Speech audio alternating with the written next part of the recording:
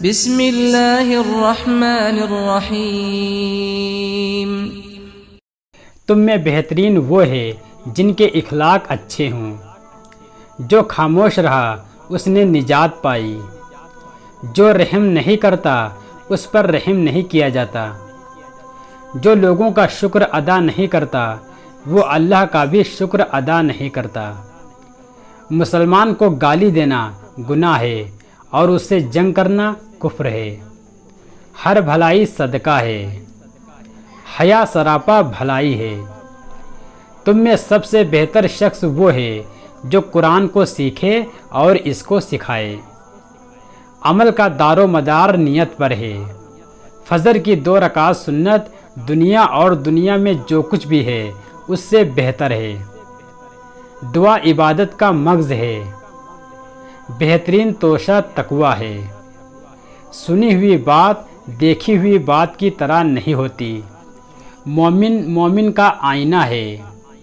بھلائی کی راہ بتلانے والے کو اتنا ہی ثواب ملتا ہے جتنا اس پر چلنے والے کو ملتا ہے۔ آگ سے بچو چاہے ایک کھجور کا ٹکڑا ہی خیرات کر کے کیوں نہ ہو۔ روزہ ڈھال ہے، جو ہم کو دھوکہ دے وہ ہم میں سے نہیں ہے۔ اچھا گمان رکھنا بہترین عبادت ہے۔ دنیا مومن کے لیے قید خانہ ہے اور کافر کے لیے جنت ہے۔ اذان اور اقامت کے درمیان دعا رد نہیں ہوتی۔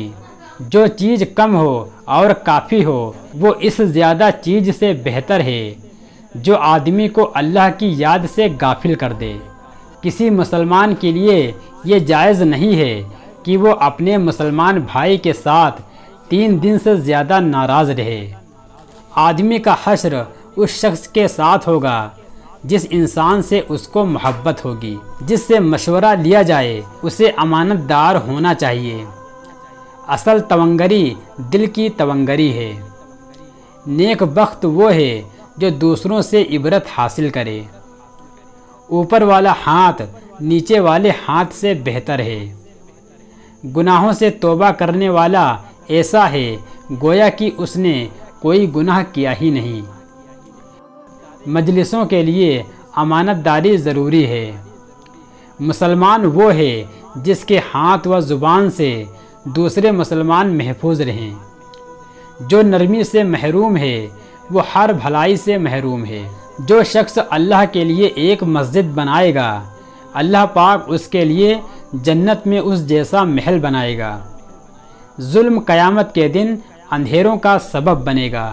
جو اپنے آپ کو کسی گناہ کا عار دلاتا ہے تو وہ اس گناہ کو کیے بغیر نہیں مرتا۔ رشتوں کو توڑنے والا جنت میں داخل نہیں ہوگا۔ چغلی کرنے والا جنت میں داخل نہیں ہوگا۔ تم میں سے کوئی مومن نہیں ہو سکتا جب تک کہ وہ اپنے بھائی کے لیے وہ چیز پسند کرے جو اپنے لیے پسند کرتا ہے۔ ٹخنے کے جتنا نیچے کپڑا ہوگا اتنا حصہ آگ میں ہوگا۔